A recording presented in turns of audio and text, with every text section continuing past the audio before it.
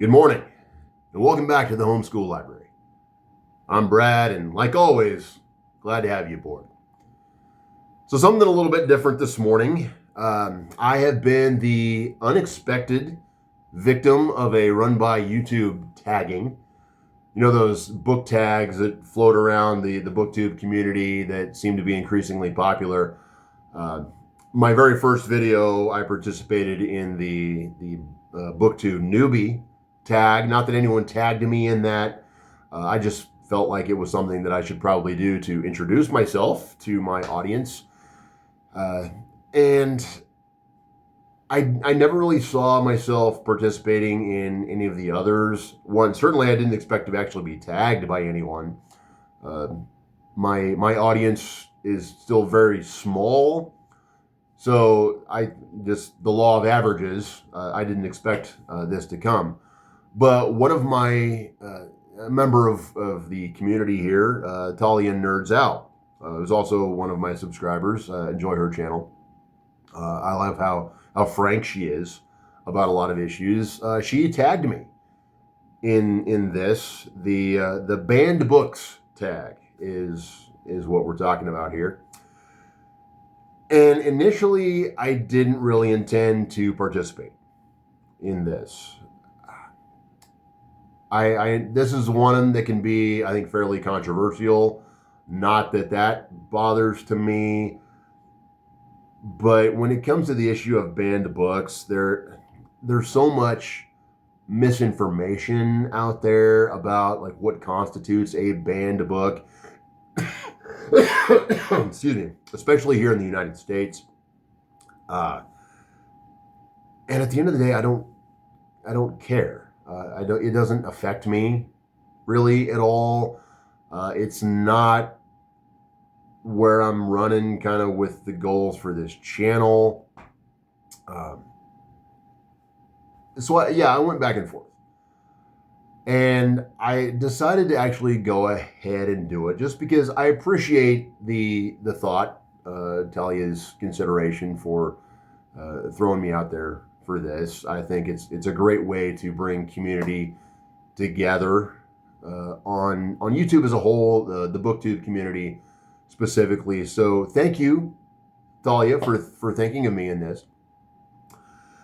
And I had to do a lot of thinking before I decided to go ahead and put this out, because my feelings and opinions on some of this I don't think really fit the overall approved narrative maybe of what constitutes the popularity of the whole banned book issue this time of year.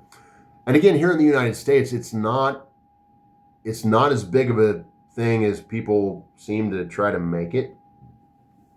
There hasn't been books banned in the United States in decades. And overall, actually very few. And when I say banned books, I'm talking books banned by governments, whether it be federal government, state governments. I'm not talking about locally challenged issues by, school boards or library associations. I'm talking like governmental banning of books. So I'm going to go ahead and go through this with y'all, and I'd love to start the conversation.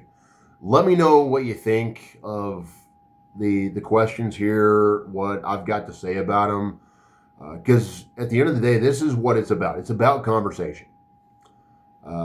Non-threatening conversation, no I'm right, you're wrong kind of thing. This is just where I come down on some of this kind of stuff. And I'd love to put that voice out there into the overall conversation. So yeah, please, at the end of the video, if you stick through, I hope you do, let me know your thoughts and let's talk. So with that, I'll go into the 5 questions here that make up the banned books tag, and I'll do my best to answer those from my own experience, my own thoughts and opinions, and we'll see where we come out on the other side. So number 1 is, do I intentionally read banned books? And the short answer to that is no. I'll read what I want to read when I want to read it. I very much having people, appreciate having people suggest things. Hey, Brad, I think you would really enjoy this. Brad, I think this would be good for the homeschool library. Check it out. And that happens. Sometimes I will, sometimes I won't.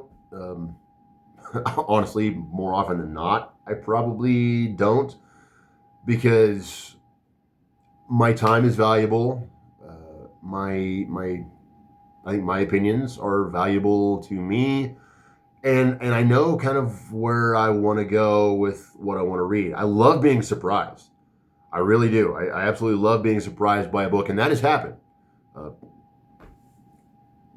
I can't tell you how many times, or I can't even think of any specific times, but I remember being surprised occasionally by a book that someone suggested that I read, and of course, sometimes not. So, like everyone out there, if we're honest with ourselves, we're gonna read what we want to read when we want to read it, because that's who we are. So, do I intentionally read banned books? No. I intentionally read books. If they happen to be have a history of being banned or challenged, then okay, that has more to do with the book itself than it does to do with me. My favorite banned books. Question number 2. And for this one, I had to go seek out lists of books that actually have been banned by various governments in the United States. And again, I'm looking specifically at the U.S. because that's where I live. We can go down a list of countries, governments across the world, and this video would be multiple hours long. I'm not going to do that. I'm keeping it fairly close to home just because this is my cultural experience. And without going into the list a lot. Yeah, actually, well, you know what? I will. A lot of the books that I have found, number one that I found interesting was, and excuse me, as I look down, I'm referring to the list that I found here, The Meritorious Price of Our Redemption by William Pynchon, published in 1650. William Pynchon was the founder of Springfield, Massachusetts. He was one of the early kind of developers of colonial America. And his book was actually a not necessarily an indictment, more of a critique of the Puritan culture. Puritans didn't like that. So the book was immediately shut down, and I think Pynchon returned to England, where I believe he spent the rest of his life there.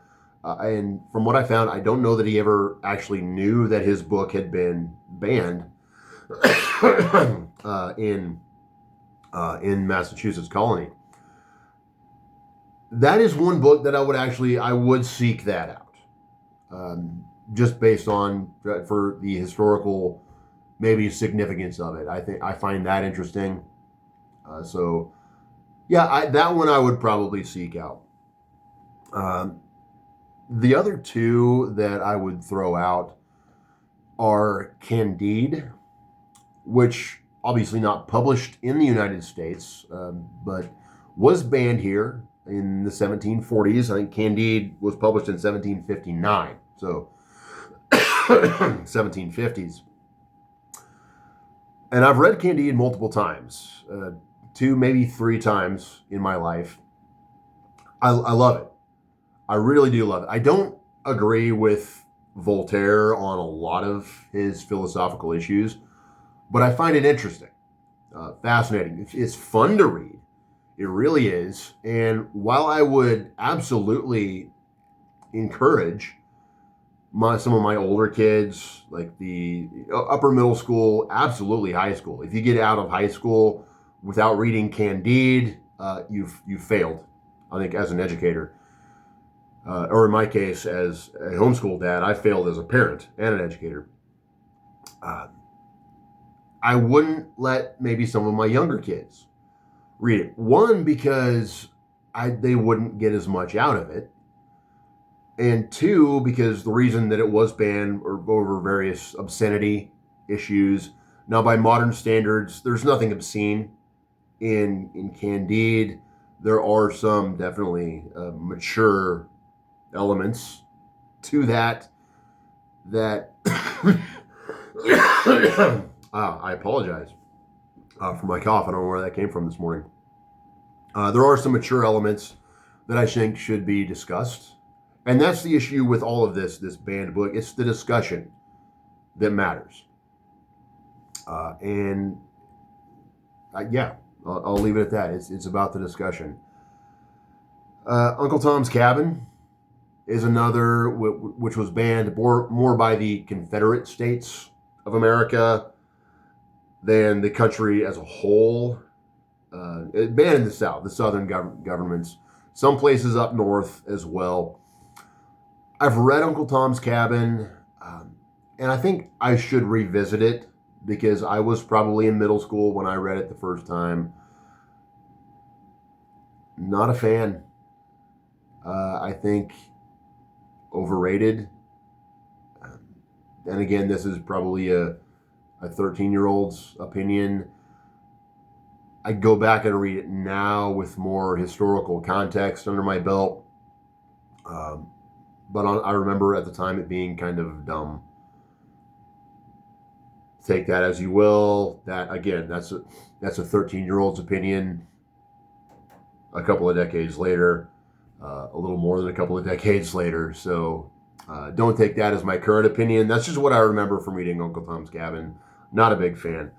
My favorite of the list that I found of books that had been banned at some point in the United States was The Grapes of Wrath by John Steinbeck. Love that book.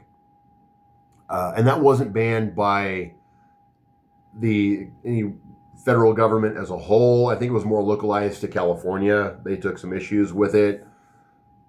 California takes issues with a lot of things, so that's just welcome to the world. Fantastic book. It really is. Grapes of Wrath, I think, should be read by everyone. One of the, I would say, great American novels. It's fantastic. Now that I'm thinking about it, I want to read it again.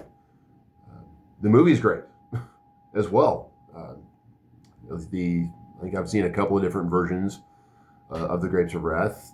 Both I very much appreciate. So yeah, Grapes of Wrath is probably my favorite banned book of all time.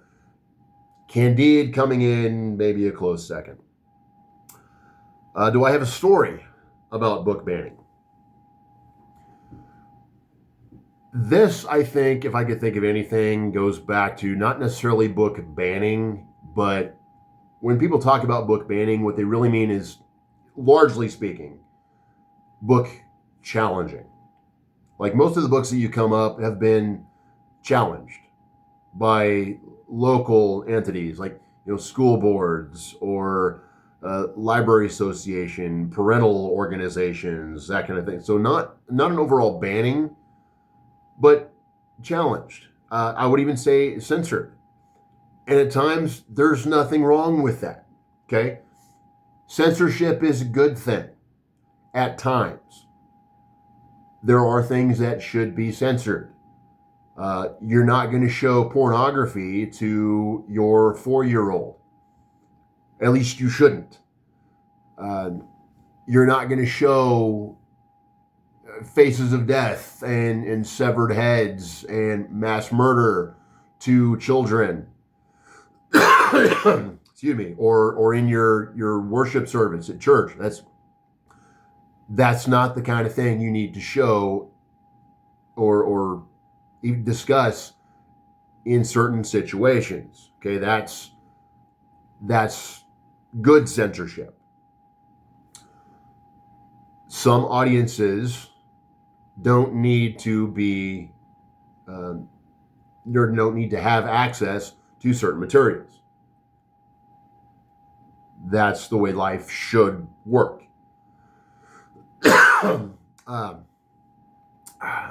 So I get my story in that regard is my first experience with that. And why I remember this so vividly, I don't know. Maybe that's why, because it's the first time that I experienced that. I don't know how old I was, but I checked out the book Roots by Alex Haley from my school library. The miniseries was very popular. I think it had just aired again on television. I'd seen parts of it, and I wanted to read the book because the book is always better, right? Well, I checked it out. I brought it home, and my mom saw it before I'd even opened the book, and she flipped through it a little bit, and she didn't let me read it. There were, towards the beginning, some fairly graphic sexual scenes and issues that, and I've read the book again in the years since. I don't even remember what those were, but I remember they were a little much for the age group that I was in at that point. So even though at the time I was a little upset that my mom wouldn't let me read this book that I had checked out, that I was very interested in reading, I understand why. And she made the right decision in that. And I'm glad that she did, because I wasn't ready for that. That's been really my own personal experience with that, and we treat our own children the same way. There are things that they don't need to have access to at this point in their lives.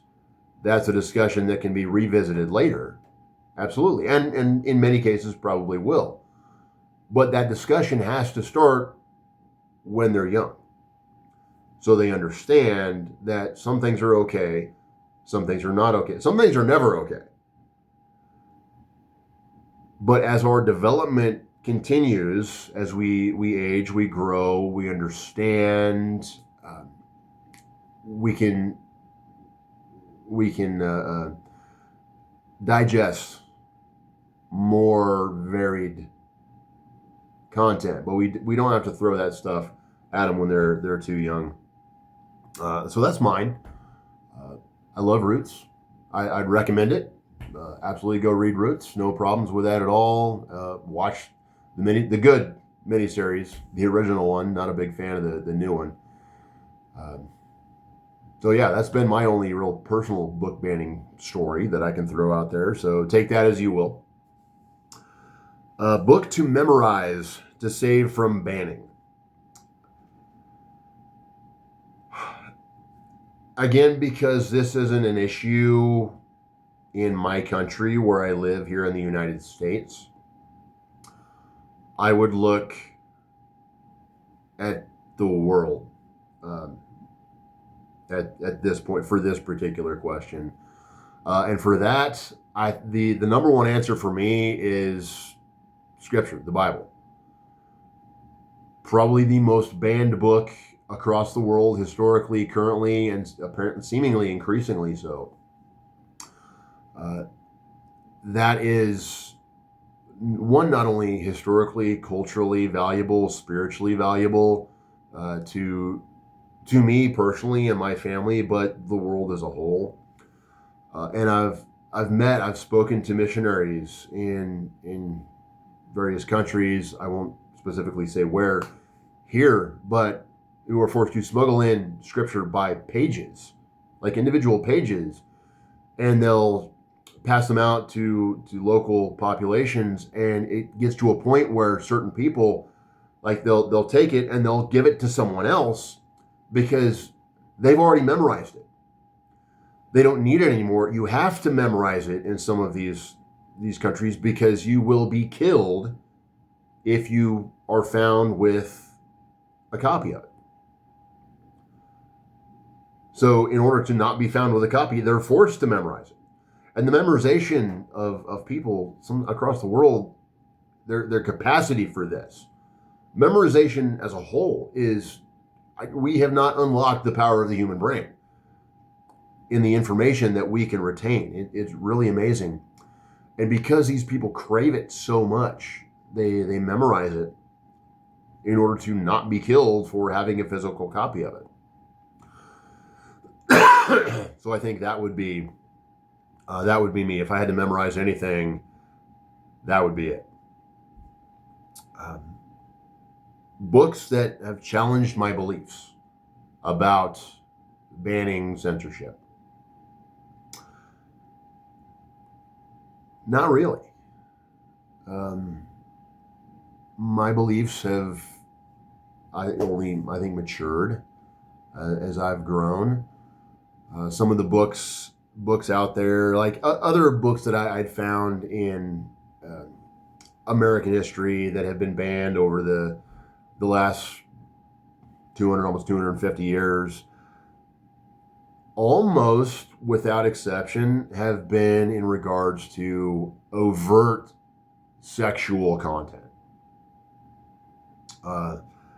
Books like Fanny Hill from all the way back in 1748, Lady Chatterley's Lover, the Tropic of Cancer, Forever Amber, published in 1944, about a woman who sleeps her way to the top. These books have their audience. That's fine. I've not read any of them because I'm not the audience for these kind of books. I absolutely wouldn't let my kids read them. And then going into the modern issue, I found a list of like the American Library Association, the most challenged books of this last year, and 30 of them maybe, I don't remember, but going down the list, almost every single one was intense, in your face, blatant sexual content of even some of the most, maybe I won't use some of the words that I could be, but a sexual across the board, every kind you can think of, and most of it is geared specifically towards young children and teenagers.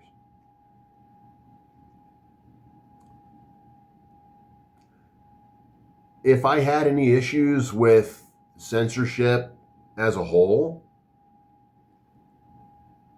I would say these books absolutely support it. No.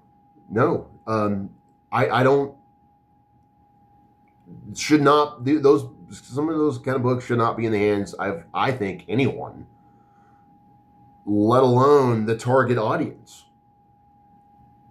I'm not okay with that. I think any parent should not be okay with that.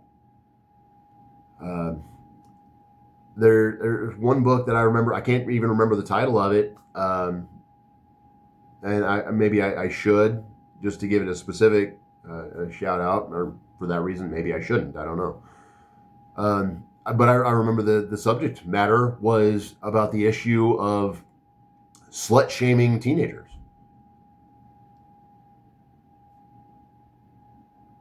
I'm going to put this out there, and you can take it as you will, but if you're a teenager slut, you probably should be shamed. That's not okay. There are other outlets for your freedom. That's not okay. It's really not. And I think any parent who welcomes that kind of content into their kid's home should also be shamed. I'm just being honest with you. That's where I come down on this. So, and some of those, I've seen some of them, not all. Wow. I honestly, it makes books like, I think, Fanny Hill look like the most innocent thing you could possibly imagine. So I do take issue with a lot of that. Put them in a special place. I'm not saying they shouldn't be published. I'm not saying that you should tar and feather the authors, but I think that conversation should be had. And if those books are going to exist, keep them separate. Little kids shouldn't be able to just go check those out or find them, easy access. Parents, teachers, you're in charge of that. So that's on you. Challenging anything is great. Any content that's out there, media, philosophy, whatever. Challenge everything.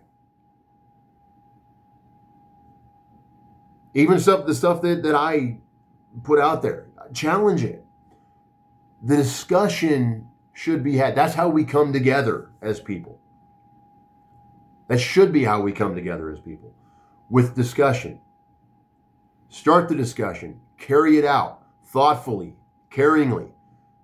Whenever you discuss with anyone, have that person's best interest in mind, not your own.